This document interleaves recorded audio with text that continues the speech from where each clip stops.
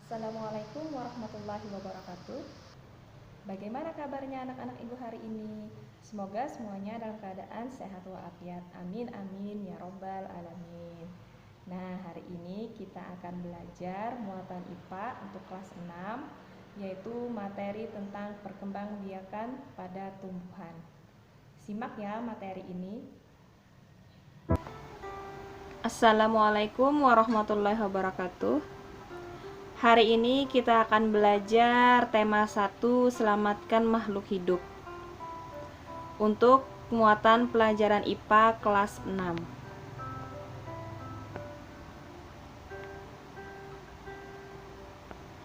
Nah, sebelum kita belajar, marilah kita berdoa terlebih dahulu. Doa sebelum belajar. Bismillahirrahmanirrahim. Raditu billahi robba wa bil islami dina wa bi muhammadin nabiyya wa rasula. Rabbi zidni ilma warzuqni fahma. Amin. Nah, silahkan kalian buka buku pena 6A, tema 1, selamatkan makhluk hidup untuk muatan pelajaran IPA. Adapun tujuan pembelajaran kita hari ini yaitu siswa dapat mengetahui perkembangbiakan generatif pada tumbuhan. Perkembangbiakan pada tumbuhan itu ada 2. Jadi terbagi atas 2. Pertama adalah perkembangbiakan generatif dan yang kedua adalah perkembangbiakan vegetatif. Nah, apa itu perkembangbiakan generatif? Nah, perkembangbiakan generatif adalah perkembangbiakan secara kawin atau melalui penyerbukan antara putik dan benang sari. Kemudian, perkembangan vegetatif adalah perkembangbiakan secara tidak kawin atau tanpa penyerbukan antara putik dan benang sari. Contoh untuk perkembangbiakan generatif adalah tanaman mangga, jeruk, durian, leci, dan lain-lain. Jadi untuk perkembangbiakan generatif ini biasanya tanamannya menghasilkan biji, di mana biji yang akan ditanam. Kemudian untuk perkembangbiakan vegetatif, contohnya adalah lumut, paku-pakuan, jahe, kunyit, pisang, bawang merah, dan lain-lain.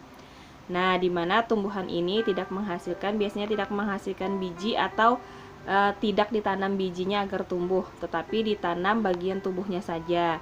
Misalnya seperti bawang, umbi lapisnya yang ditanam, kemudian lumut, yaitu dengan spora, dan lain-lainnya.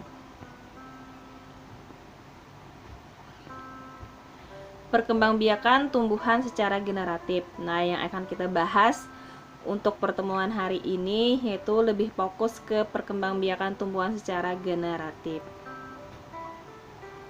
Perkembangbiakan generatif adalah perkembangbiakan yang terjadi melalui peleburan sel kelamin jantan dan sel kelamin betina. Alat perkembangbiakan tumbuhan adalah bunga. Bunga memiliki benang sari sebagai alat kelamin jantan dan putik sebagai alat kelamin betina. Jadi jantannya bunga adalah benang sari, sedangkan betinanya bunga adalah putik. Nah, di sini ada bunga kembang sepatu. Nah, ini yang tadi kan gambar bunga, kalau ini bunga aslinya. Nah, ini bagian-bagian bunganya. Yang ini adalah namanya mahkota, yang ini namanya tangkai bunga, yang ini adalah kelopak bunga. Kelopak bunga ini biasanya melindungi bunga pada saat masih kuncup. Kemudian ini bagian sel kelamin jantan dan betina pada bunga. Nah, yang ini yang berwarna kuning ini adalah namanya benang sari atau serbuk sari. Kemudian yang ini adalah yang namanya putik. Jadi penyerbukan itu adalah serbuk sari ini jatuh ke kepala putik. Itulah yang dinamakan dengan penyerbukan. Perkembangbiakan generatif pada tumbuhan. Kita lihat dulu dari gambar ini. Ada sebuah tanaman yang sudah dewasa. Kemudian tanaman tersebut menghasilkan bunga. Nah, bunga ini kan sebagai alat perkembangbiakan pada tumbuhan. Nah, pada bunga tersebut terjadi peristiwa penyerbukan, yaitu serbuk sari jatuh ke kepala putik. Nah, kemudian terjadilah peristiwa pembuahan, yaitu serbuk sari atau sel kelamin jantan melebur dengan sel telur atau sel kelamin betina. Kemudian pembuahannya akan menghasilkan zigot. Nah, zigot tumbuh menjadi embrio atau tunas tumbuhan di dalam biji. Kemudian biji berada di dalam buah. Nah, itulah dihasilkan biji.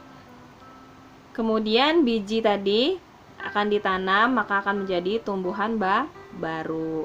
Nah, kalau sudah jadi tumbuhan baru, maka siklusnya akan sama seperti di awal, di mana setelah menjadi tumbuhan baru dan tumbuhan dewasa akan berbunga lagi. Kemudian terjadi penyerbukan, terjadi pembuahan, menghasilkan biji, nah dan seterusnya.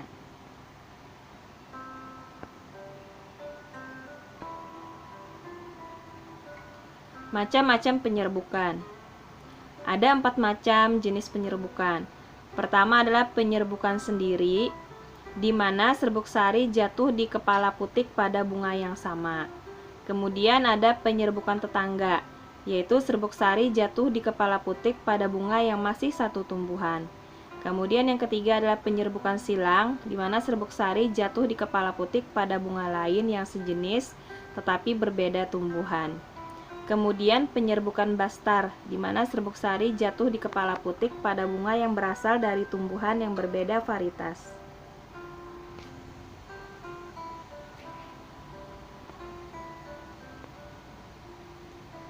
Nah, ini adalah gambar dari 4 jenis penyerbukan tadi. Ada penyerbukan sendiri, penyerbukan tetangga, penyerbukan silang, dan penyerbukan bastar. Nah, penyerbukan sendiri adalah serbuk sari jatuh ke kepala putik pada bunga itu sendiri, bunga yang sama dan pada satu tumbuhan. Nah, ini contohnya. Ini ada tumbuhan memiliki bunga. Nah, benang sari ini jatuh ke kepala putik pada bunga itu sendiri. Itu disebut dengan penyerbukan sendiri. Kemudian yang kedua adalah penyerbukan tetangga. Penyerbukan tetangga yaitu serbuk sari jatuh ke kepala putik pada bunga lain, tapi masih satu tumbuhan. Nah, ini ada satu tumbuhan, kemudian ada 2 bunga. Jadi serbuk sari pada bunga ini jatuh ke kepala putik pada bunga yang satunya. Atau sebaliknya, serbuk sari ini jatuh ke kepala putik bunga yang satu ini. Tapi dia masih dalam satu tumbuhan, tapi bunganya ada 2. Jadi beda bunganya, ada dua bunganya. Kemudian yang ketiga yaitu penyerbukan silang. Penyerbukan silang yaitu serbuk sari jatuh ke kepala putik pada bunga yang lain, pada tumbuhan lain, tapi masih satu jenis. Berarti di sini ada 2 tanaman atau 2 tumbuhan tapi masih satu jenis. Misalnya tanaman yang satu ini punya bunga, kemudian tanaman yang satu ini punya bunga. Serbuk sari pada tanaman ini, pada bunga ini jatuh ke kepala putik pada bunga yang satu ini. Atau sebaliknya, serbuk sari ini jatuh ke kepala putik bunga yang ini. Tapi mereka masih sama satu jenis. Misalnya ini bunga mawar berwarna merah dengan bunga mawar berwarna merah. Kemudian kalau penyerbukan bastar, yaitu serbuk sari jatuh ke kepala putik pada bunga yang lain, pada tumbuhan yang lain yang berbeda varietas. Nah, apa bedanya dengan yang silang tadi? Nah, kita lihat di sini sama-sama ada 2 tumbuhan tapi beda varietas. Nah, misalnya yang satu ini adalah mawar berwarna merah, yang satunya mawar berwarna putih. Kalau yang tadi kan sama-sama mawar merah, mawar merah dua-duanya. Kalau ini satu berwarna merah, satu berwarna putih, jadi beda varietas. Nah, tumbuhan yang mawar merah, benang sarinya jatuh ke kepala putik pada mawar putih, atau sebaliknya, benang sari pada mawar putih jatuh ke kepala putik pada mawar berwarna merah. Inilah yang namanya penyerbukan bastar. Lebah membantu penyerbukan bunga. Nah, jadi penyerbukan itu juga dibantu oleh hewan. Ini ada gambar lebah, di mana lebah membantu penyerbukan bunga. Lebah kan suka mengisap madu bunga. Nah, sehingga benang sari pada bunga ini nanti akan melekat pada kaki lebah. Kemudian lebah akan terbang ke bunga yang lain, sehingga serbuk sarinya itu nanti akan jatuh ke kepala putik bunga yang lain. Sehingga hewan ini membantu penyerbukan bunga. Nah, ayo sebutkan hewan-hewan yang membantu penyerbukan bunga. Biasanya hewan yang suka mengisap madu akan membantu penyerbukan pada bunga. Selain itu juga ada beberapa jenis perantara penyerbukan pada bunga. Nah, di sini kita lihat perantara penyerbukan ada 4 macam. Pertama yaitu penyerbukan dengan bantuan hewan yang disebut zoidiogami. Contoh hewan membantu penyerbukan yaitu serangga, kupu-kupu, lebah, burung, dan lain-lain. Nah, biasanya adalah hewan yang terbang atau yang mengisap madu bunga. Kemudian contoh tumbuhannya seperti tumbuhan mawar, melati, kenanga, bunga sepatu. Nah, biasanya bunga-bunga yang harum baunya atau yang memiliki nektar. Kemudian yang kedua, penyerbukan dengan bantuan angin disebut anemogami. Nah, contoh tumbuhannya itu rumput, padi, jagung. Kenapa jadi rumput, padi, jagung? Nah, karena biasanya bunganya ringan sehingga tertiup angin. Nah, jadi angin akan membantu penyerbukan pada tanaman tersebut. Kemudian yang nomor 3, penyerbukan dengan bantuan air disebut dengan hidrogami. Contoh tumbuhannya yaitu teratai, ganggang, hidrilla, dan eceng gondok. Nah, biasanya tumbuhannya yang berada di air. Kemudian yang keempat, penyerbukan dengan bantuan manusia disebut dengan antropogami. Nah, dengan bantuan manusia ini artinya penyerbukan antara benang sari menuju ke putik itu dibantu oleh manusia karena tidak bisa dengan sendirinya oleh tumbuhan itu. Contohnya adalah tumbuhan salak, semangka, buah naga, dan lain-lain. Nah, coba kita perhatikan di sini. Ini contoh penyerbukan bunga. Nah, di sini ada lebah, berarti ini adalah zoidiogami atau dengan bantuan hewan. Kemudian kita lihat di sini. Nah, ditiup angin. Di sini ada jagung. Nah, kemudian serbuk sarinya ditiup oleh angin. Ini adalah disebut dengan anemogami atau penyerbukan dibantu oleh angin.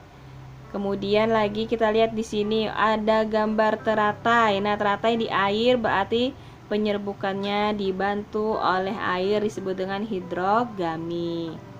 Kita lihat pada gambar ini di mana penyerbukan pada bunganya dibantu oleh manusia. Nah, maka disebut dengan antropogami. Nah, jadi demikianlah penjelasan dari Ibu. Ibu mohon maaf apabila ada salah kata. Terima kasih banyak. Wassalamualaikum warahmatullahi wabarakatuh.